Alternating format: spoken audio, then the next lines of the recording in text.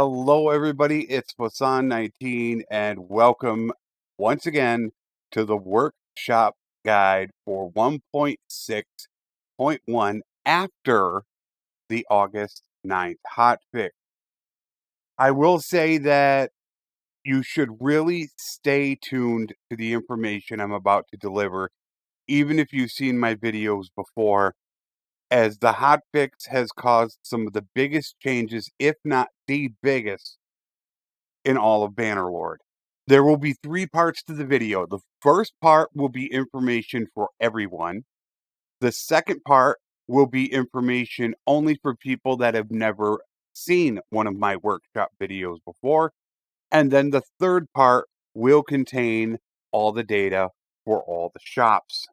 The hotfix really threw a monkey wrench into everything, and they reduced profits across the board for every workshop. There are hardly any shops that really make over 200.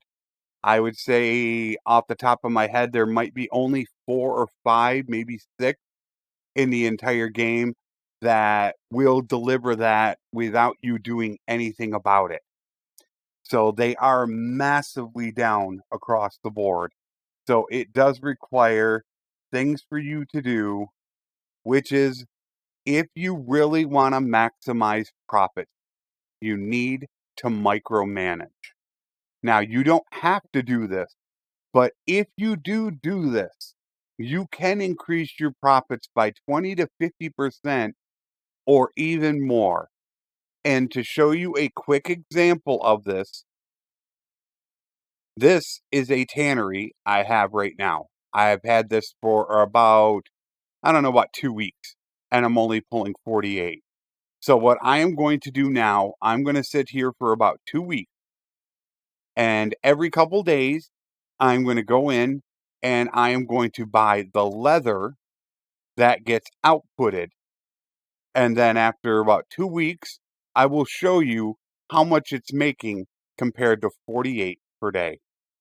So you can see here, just by spending a couple weeks just sitting here buying up the leather that got produced, I increased the workshop from 44 to 99. That is more than doubling what it is.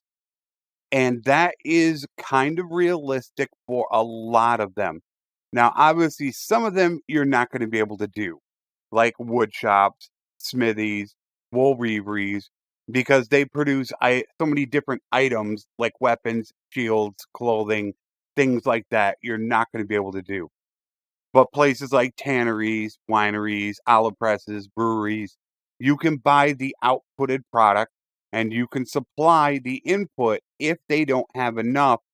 And this can drastically increase. To go from 44 to 99 with a little bit of work is not terrible.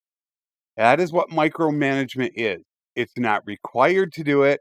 You can still pull 200, and some shops around the world, but once you come around to one of your shops, stop off, buy that beer. It'll help drive the price up. And it doesn't do it just for a couple days. It can do it for a week or even 2 weeks until it finally starts to come back down. So that is what micromanagement is. With color codes, what I had was some comments on my last video. And while I do like the exact color coding that goes on in the game, I had some people that were colorblind. So they were wondering if I could go ahead and put in some different colors, which I'm going to end up doing. So if a shop is going to make 200, which there aren't many of them, it will appear in a golden color. If it makes 100 to 199, it will appear in a silverish color. However, there are a couple places that a lot of you know, like in Sturgia, that if they do not make at least 100 on any workshop, I will list the highest priced one, but I will put a couple asterisks behind it to let you know. And most people would say, well, I would never want to own something like that. If you have something like artisan community where owning a workshop is vital and you're running your own kingdom and that's the only town that you have and you're forced to do it, I want to have that information to you just so that you have it.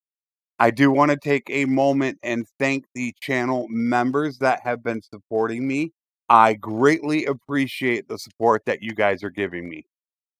With that out of the way, it is now safe for you people that have seen the video before to go ahead, look at the timestamps, and click to what you need to go to find your workshop. For everybody that has not seen one of my videos before, please stay tuned to the next part of this information, as this can answer many questions that you might have, and you can get them answered now instead of waiting hours, if not days, to put a comment down in the comment section and wait for me to respond. Predicting workshops is one of the most difficult things you can ever do in Bannerlord. You could run 20 different tests and probably come up with 20 different numbers. There is no exact science to it. So it is very difficult, and I do my best to try to get rid of as much of that RNG as possible. There is literally a dozen different things that can affect how a workshop is going to make money. When it's under siege, when villages get burnt, if it's a consumable and an army comes in and buys them all, caravans coming in and taking goods. There are so many different ways that you can be affected at any one time. There is no perfect science to it. So what I do is I do my best to try to mitigate that. And what I will do is I will run a workshop for an entire year. After that year, I'll take the number and I'll run it a second time for a year.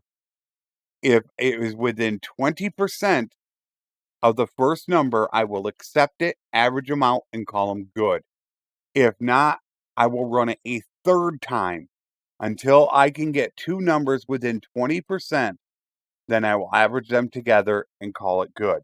That way, I am doing everything I can to try to mitigate that RNG as much as possible. But it is never a perfect science. Don't ever think that it will always be that same way each game. Don't take this as given what it's going to get, but take it just as an idea of how close you might get to the money. Since each game is going to be different, castles are going to be run differently, towns are going to be run differently. I do my best to try to get you the best information, but there's no way that you will ever be 100% correct with every one of these that you do.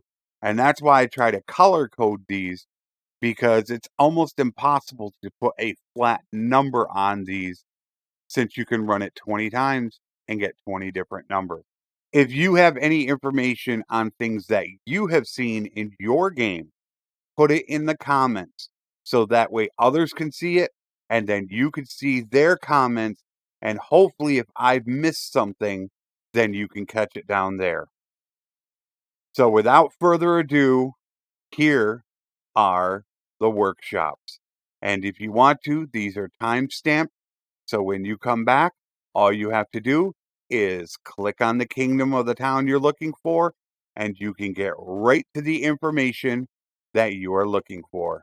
I will see you next patch. Take care, and thanks for watching.